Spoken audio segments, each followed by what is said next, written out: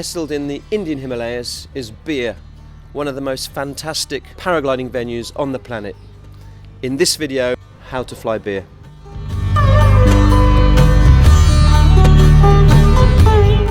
I'm Toby Colombé, world record XC paragliding pilot, senior instructor and international guide. Me and my team at Passion Paragliding have just completed 4 weeks of guiding, and I just wanted to share with you some of what flying in Bir is all about. In this video we're going to talk about why it's probably one of the best places in the world to gain a personal best distance, how the site of Bir works, some of the classic routes, as well as some other practical considerations for flying Bir. Bir is a Tibetan colony. Once you land, you're as likely to be accompanied by chanting Buddhist monks as you are holy cows or other paragliding junkies. The first time I flew Bir, the first time I took off, I was immediately hoisted to 4,700 meters and rewarded with spectacular mountain views in pretty much every direction. This place is massive.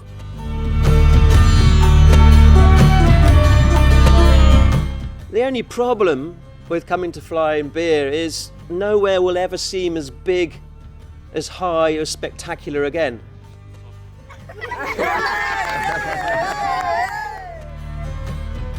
Nowhere will be as extravagant, as colourful or as spicy. And nowhere is quite a feast for the senses in the same way that Bir is in India.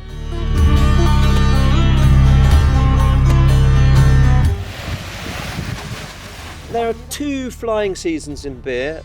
The spring in April-May time is rather less popular, largely because it tends to be stronger and also a little bit less reliable. Autumn is very popular, but the season is very, very short. It tends to start right at the beginning of October, just as the monsoon rains end, and it finishes up by about the 10th or 12th of November, when the air becomes a bit too stable. Generally in the morning, whilst the air starts to feed in anabatically from the south, it tends to have an easterly bias. Good pilots will often take off before 10 AM, thermal up on the southeasterly flow, and tend to climb very high early in the day. And because it's got an easterly bias, they'll tend to fly off in the direction of Dharamsala, having a slight tailwind as they go. Base will tend to lower from mid-morning onwards. Generally before midday the winds will shift to a more westerly flow, and that's great for out and return flying. It means if you've flown off to Dharamsala in the morning, you can float back as the wind starts to go west in the early afternoon.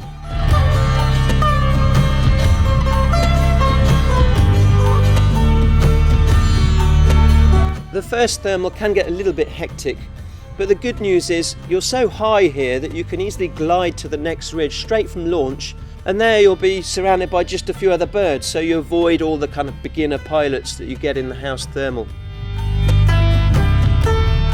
Flying off to the east is a different experience again, and whilst the mountains are a little bit less dramatic than flying off to Dharamsala, in a way it's a more privileged flight. You're flying along mountains that are still over 2,000 meters high, but here there are villages and you see Indians leading their daily lives. It's really rather special. Also flying east, plenty of top landing opportunities. One in particular that's quite well known is 360. It's a little under 20 kilometers from Bir. Generally after about 3 PM it's smooth enough to top land. And you can even camp and spend the night under the stars.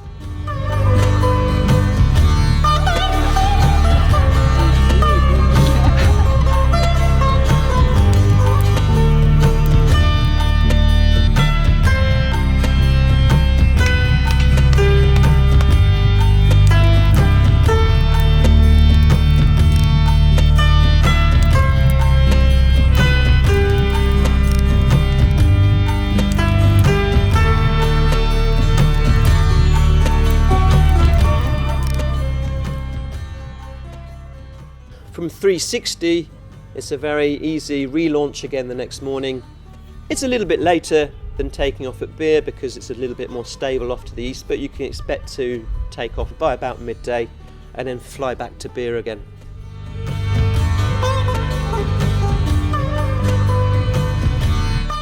So what about flying Bir? Is it for you?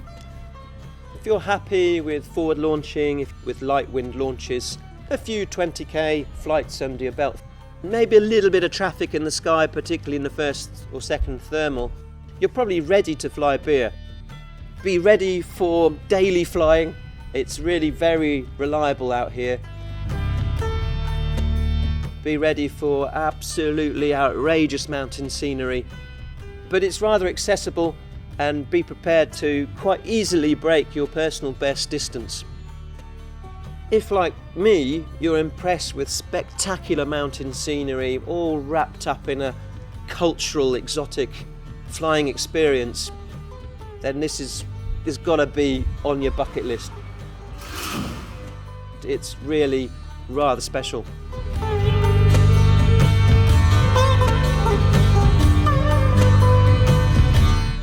If you're interested in finding out more about flying in Bir in the Indian Himalayas, I've put some links below. I hope you liked this video, I hope you found it useful.